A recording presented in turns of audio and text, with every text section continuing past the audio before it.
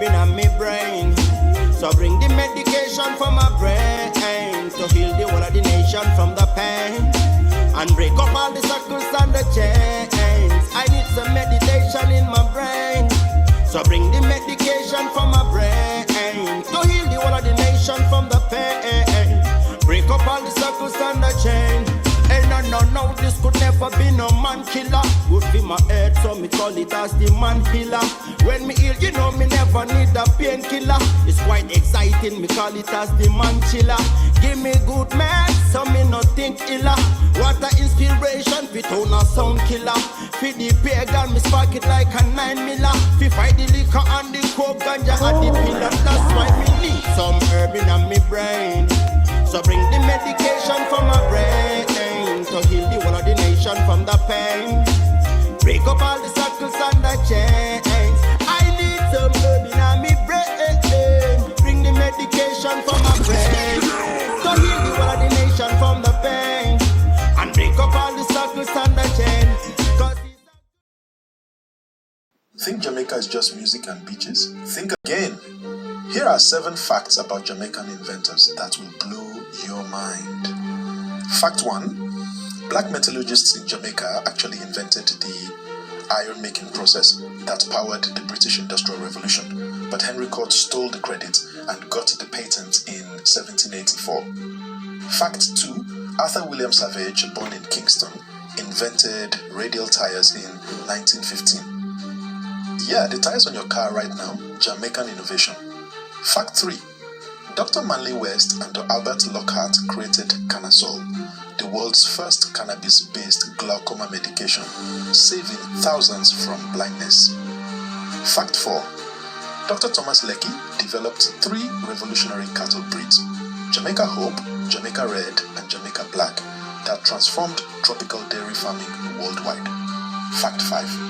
Robert Rashford co-invented NASA's 3D spacecraft inspection system that keeps astronauts safe and maintains the Hubble Space Telescope. Fact 6. Jamaican producers literally invented remixing culture in the 1960s, which became the foundation for hip-hop, dubstep, and electronic dance music. Fact 7. The British destroyed Jamaica's advanced iron foundry in 1782 because they feared enslaved black innovators could make weapons and overthrow colonial rule. Jamaica's intellectual legacy runs way deeper than you thought. Follow for more hidden black history.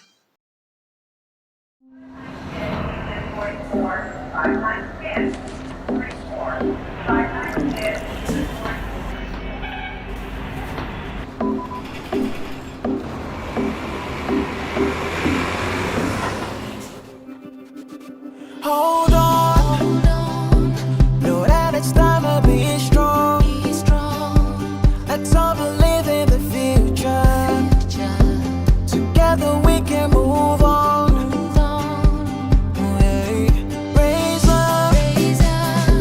Raise up your voice and be heard. Calling every generation, all over together.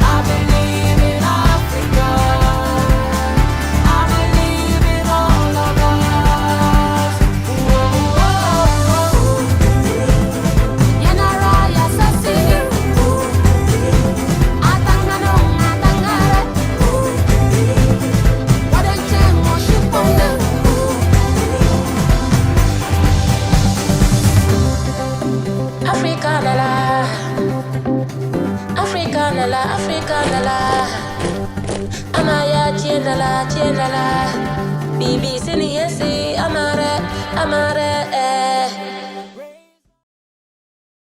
Michael Jai White, action, film, and training in Ghana. You know Michael Jai White, Hollywood's martial arts powerhouse, star of Spawn, Black Dynamite, and Tyler Perry's Why Did I Get Married? But what many don't know is this: he's quietly becoming a major player in Ghana's film and creative industry. Over the past few years, Michael Jai White has been working hand in hand with Ghanaian studios and creative entrepreneurs to develop film production ventures and martial arts training programs. His goal? To elevate African storytelling and build the continent's first real network for action cinema. In 2023, White spent time in Ghana collaborating on film projects designed to blend African folklore with global action narratives. He believes the next Black Panther moment shouldn't be made in Hollywood. It should be produced in Africa by Africans. He's also training local stunt performers, actors, and fight coordinators, sharing Hollywood-level expertise with Ghana's fast-growing film scene, known as Gallywood. Ghana's movie industry has been gaining momentum, producing over 600 films a year, and with better infrastructure and global mentorship, it's primed for international success. There's an untapped goldmine of stories here, Michael said in an interview.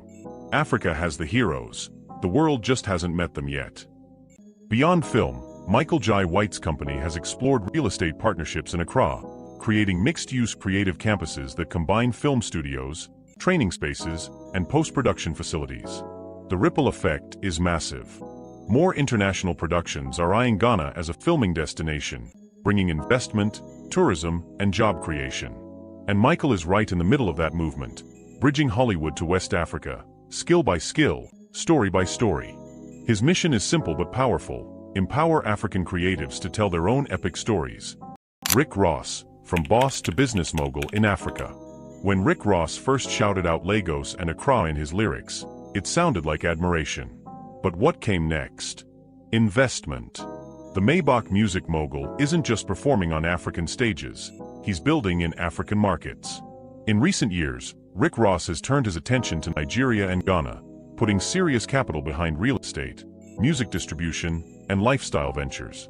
His visits to Lagos and Accra weren't just for shows, they were business trips.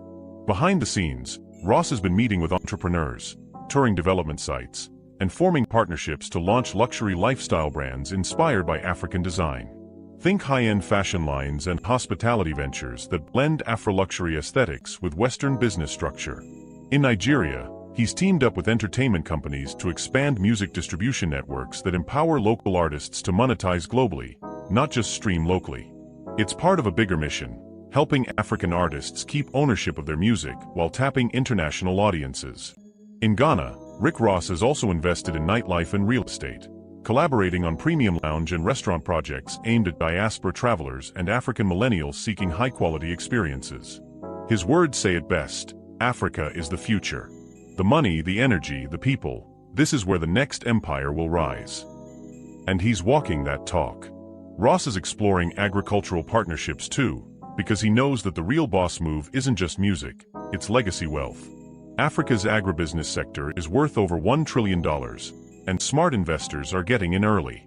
Serena Williams, investing in Africa's tech future. Serena Williams. No more lies, no disguise. Africa, rise! From puppet to liberty, just send one again. They are prayer.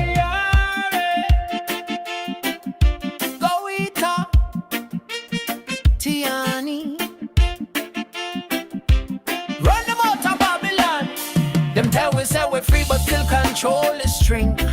Foreign hands pulling everything. Sell out leaders, bow and scrape, while the youth them cry and the people wait. But now we see the light through your window. Traore rise like a breeze from the Congo. Him not take order from outside and him chant truth from the heart of the land. Hey, African pride, wear it on we chest. We never bow down, we never settle for less. Remember to like this video, subscribe to the channel, and share it with your contacts. Thank you. Babylon falling, Africa old. Me say the time come to reclaim we name. No more puppet playing them colonial game. No IF left chain, no fake campaign. We taking back every mineral vein. From Alisal to Ghana gold, the story of Africa now get told. By we, for we, with no apology. This revolution, it a fioli. Hey, African pride, fire in our veins. We tear down fences, we break them chains. The Traore is here, him now play games. Film speak with thunder, him calling names. African pride, we walk upright. From darkness, we step into light. No more puppet show in a daylight. We stand strong for we birthright. Babylon system pack up and flee. Mama Africa don't plant the tree. Just in truth, unity. No more sellout presidency. Traore rise like wind through the drum. Puppet time done, freedom come.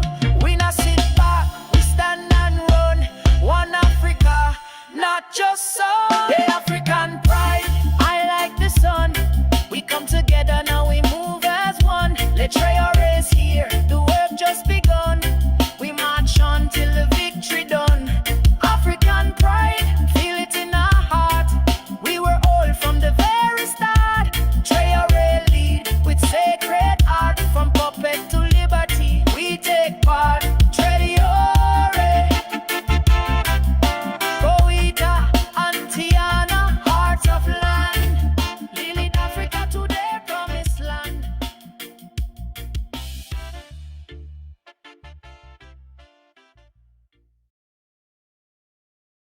Absolutely brilliant! Burkina Faso turned mangoes into a national weapon of economic power. What people once saw as useless fruit lying on the ground, Traore transformed into a serious industry. Every season, millions of mangoes were wasted. No factories, no buyers, no proper storage. Just fruit rotting under the sun. But Captain Ibrahim Traore asked a simple question. If our land gives us so much, why should others earn from it? And the whole game changed. The government created new export routes, organized farmers, and improved cold storage systems. Within months, Burkina Faso climbed into Africa's top mango exporters and even moved up in the global rankings. A country nobody took seriously was suddenly competing with the biggest producers. Then Traore made an even bolder move. He revived the Defani juice factory, a company that had been shut down since 2010. New machines, new workers, new production lines. Today, Burkina Faso is bottling its own mango juice, selling its own products, and keeping the profit inside the country.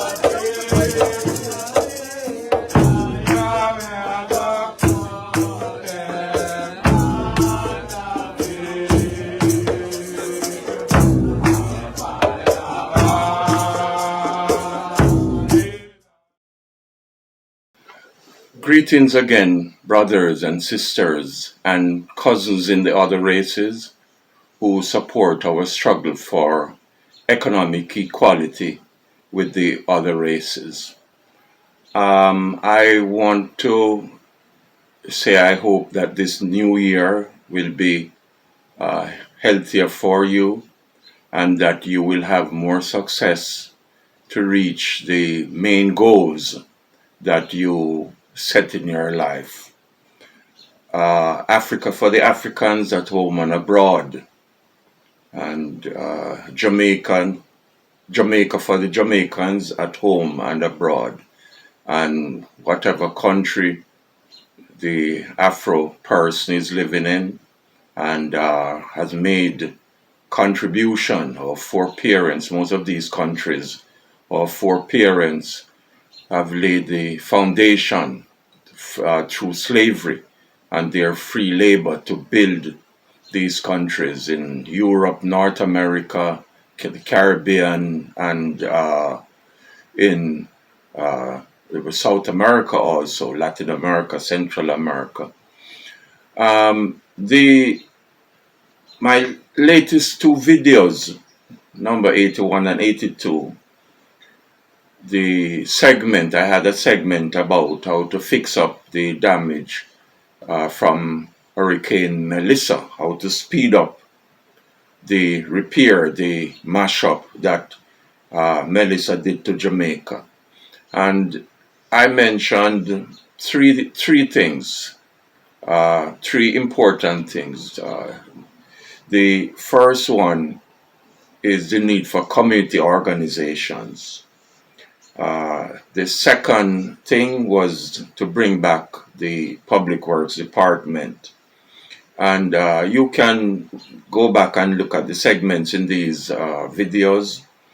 And the Public Works Department, I just want to say that the road conditions in Jamaica are terrible, with big potholes even in the highways, except the roads that are used by tourists and the toll roads. The condition of the roads. Roads haven't been maintained since they got rid of the public works. Generally speaking, they throw a little marl in the potholes and rain just dig it up and so on. Whoever heard about marl in potholes? You have to repair it with concrete or with asphalt.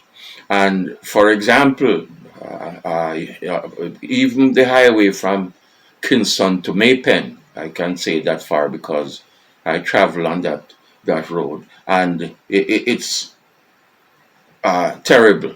Yes, I'll say terrible. Except as usual, it's only the foreigners, tourists in particular, the roads that they travel on.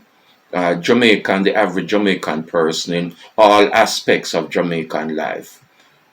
Things are, I am saying, things are not, in relation to the condition of the other races and the condition over the years. I think the condition has deteriorated. Doesn't mean that their absolute living condition is worse. It is improving, but compared to the other races, it is sliding backward. I saw recently a video which I intend to carry in the next video I make or soon, where a union leader, they interview him, and he's saying that a union leader in the tourism sector, he's calling the situation slavery 2.0, because when you go these stores and big buildings and so on, no African person, the Africans are just the employees, and you will see one or two people of the other races either at an elevated level or in a little corner watching the Africans working. We have reparation and redistribution. That's the only thing that's going to bring us anywhere close to the other races in terms of economic equality. And it's a constant struggle, and wherever we are, we have to fight for it. So the third thing I mentioned was land reform, to change land distribution so that Afro-Jamaican small farmers can get land, good land to work on. And because the current situation is just a continuation from slavery, the descendants of the slave master on the plantation and so on. In the main, you have some other people came in as indentured laborers and so on. But basically, as indentured laborers, other races, and also some people came in as foreign investors, and they control the economy. Of the 23 richest families in Jamaica, it's only 2 are Afro-Jamaican families. I did some videos on that, but I haven't completed the series, and I will complete it soon.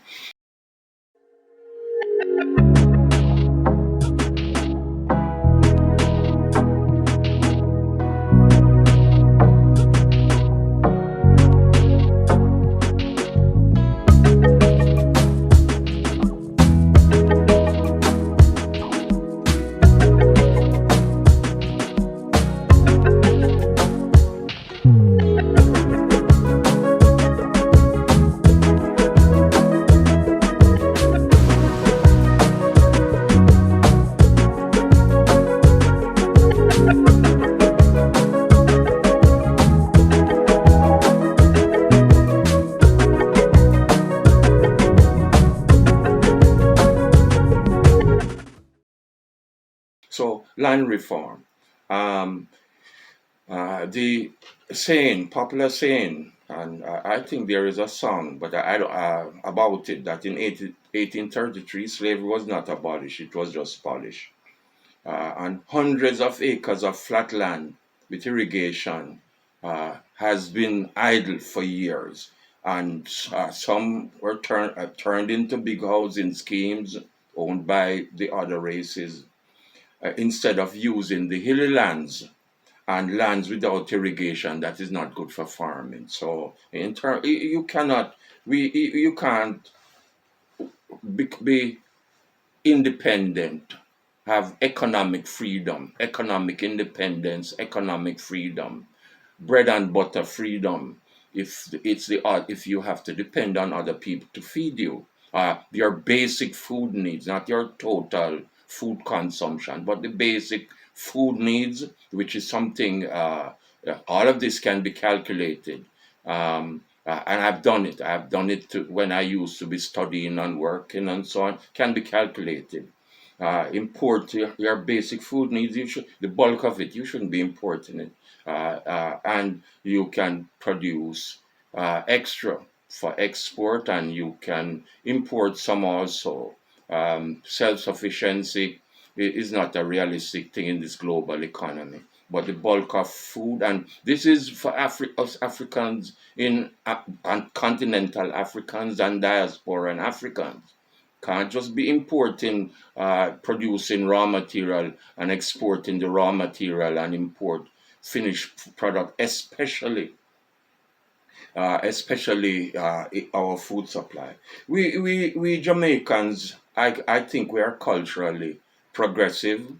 For example, it's shown by Rastafari and reggae music and our recognition and love for Africa, but we are politically conservative.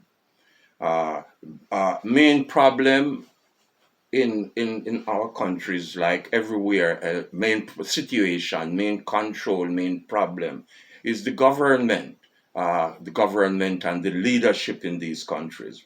The JLP, the so-called Labour Party in Jamaica, is the party of the richest Jamaicans and the poorest Jamaicans also, as is the situation with the Republican parties or conservative parties in the USA and elsewhere.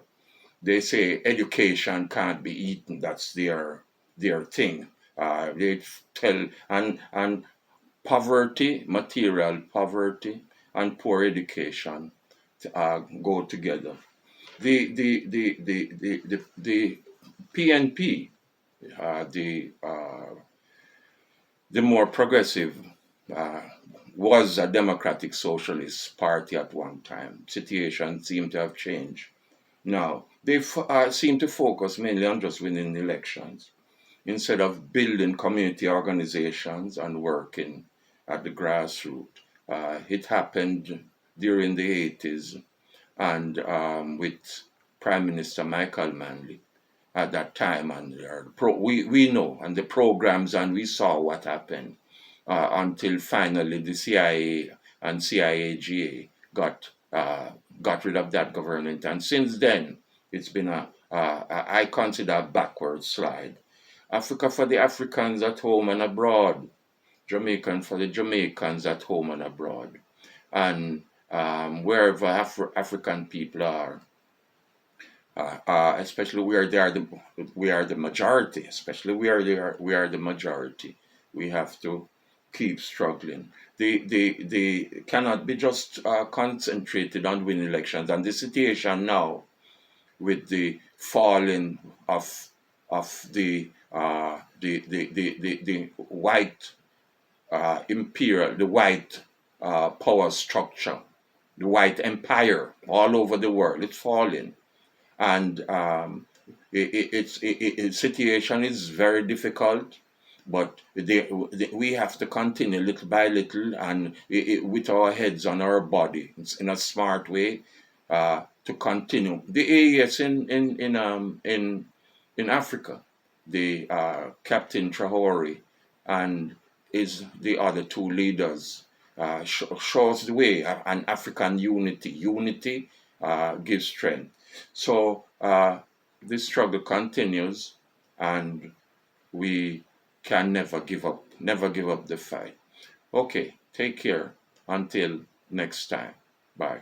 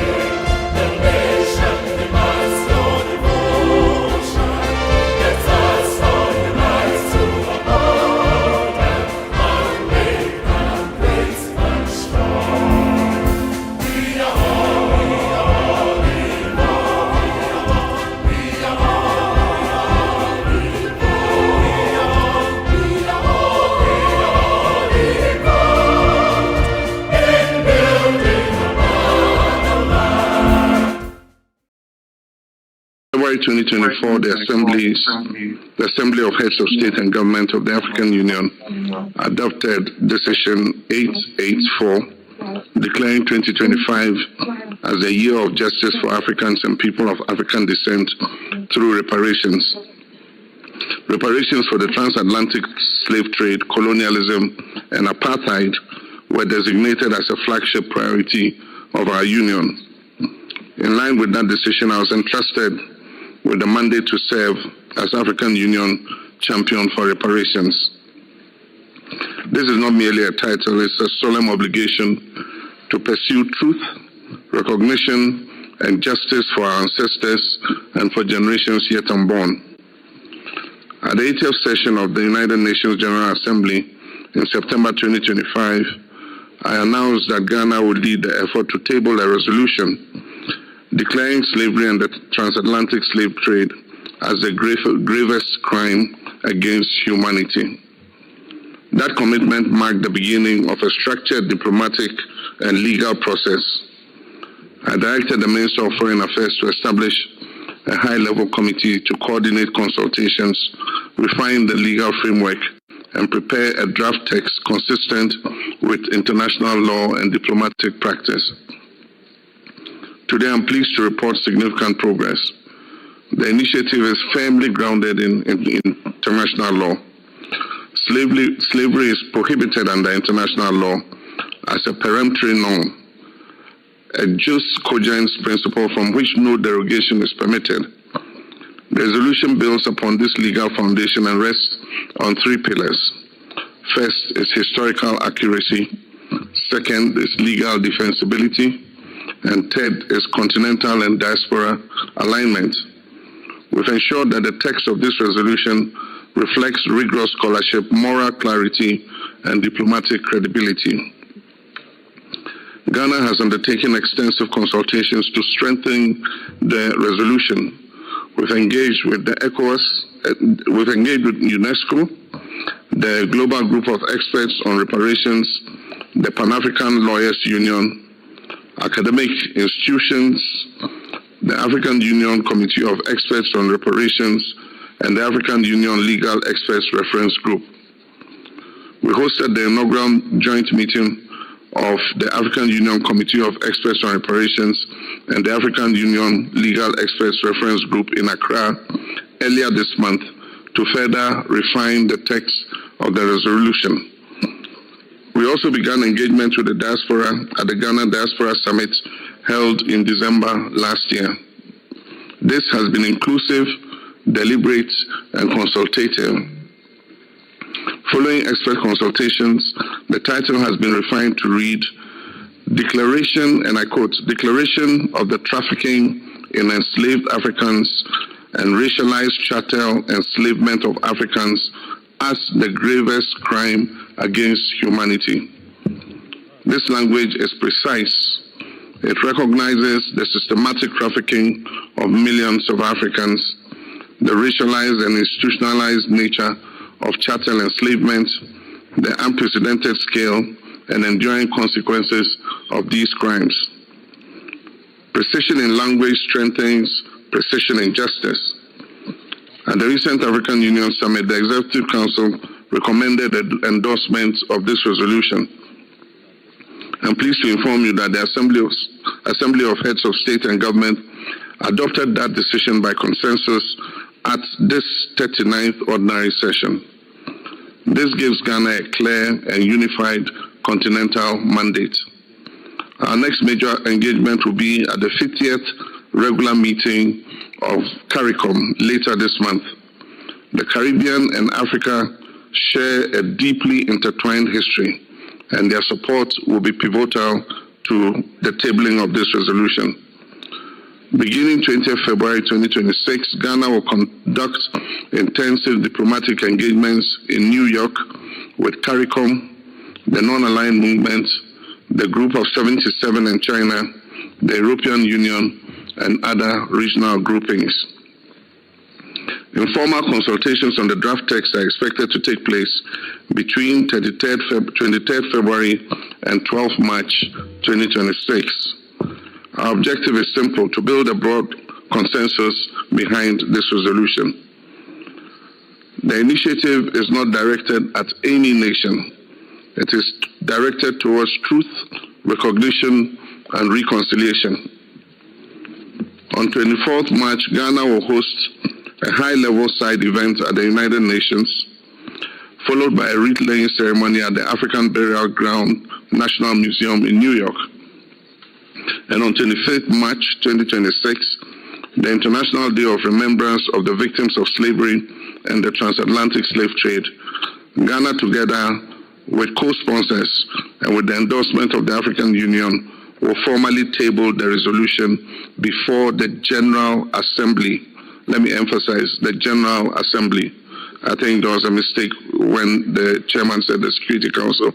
It's the General Assembly. The date is intentional because it connects memory with action. We call upon all member states to support and co-sponsor this resolution. The adoption of this resolution will not erase history, but it will acknowledge it.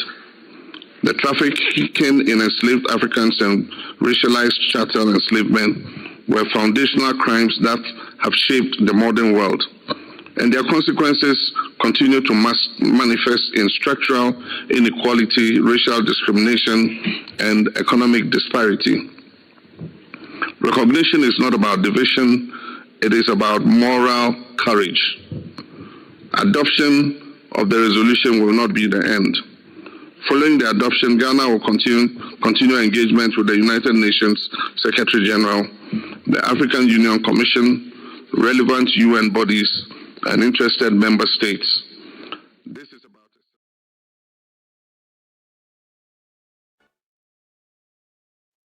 Let us all unite and celebrate together the victories won for our liberation.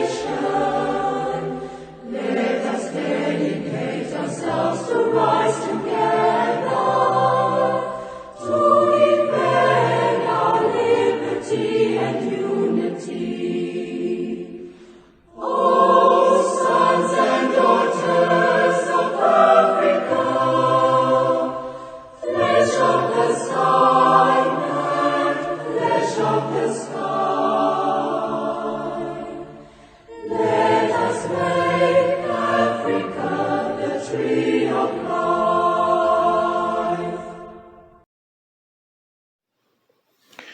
Remember to like this video, subscribe to the channel, and share it with your contacts. Thank you.